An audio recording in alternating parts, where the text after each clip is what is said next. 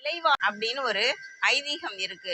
அதனாலதான் நம்ம நிலைவாசல்ல குங்குமம், மஞ்சள் குங்குமம்லாம் வைக்கிறோம். அப்புறம் விளக்கேத்தி வைக்கிறோம். அதெல்லாம் பண்றோம்.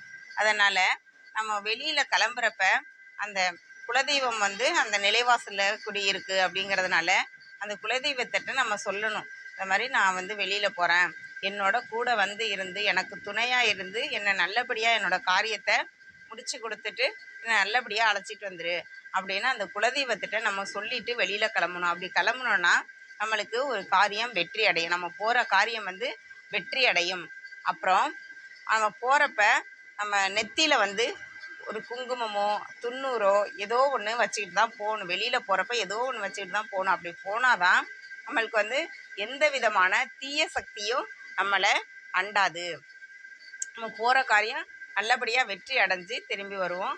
அதையும் அன்னியில் அப்புறம் நம்ம வெற்றி கனி அப்படின்னு சொல்லுவோம். அதாவது எலுமிச்சம்பழத்தை நம்ம வெற்றி கனி அப்படின்னு சொல்லுவோம். அந்த வெற்றி கனியையும் நம்ம கையில் கொண்டுட்டு போகணும். அப்படி கொண்டுட்டு போனோம்னா நம்ம போகிற காரியம் வெற்றி அடையும்.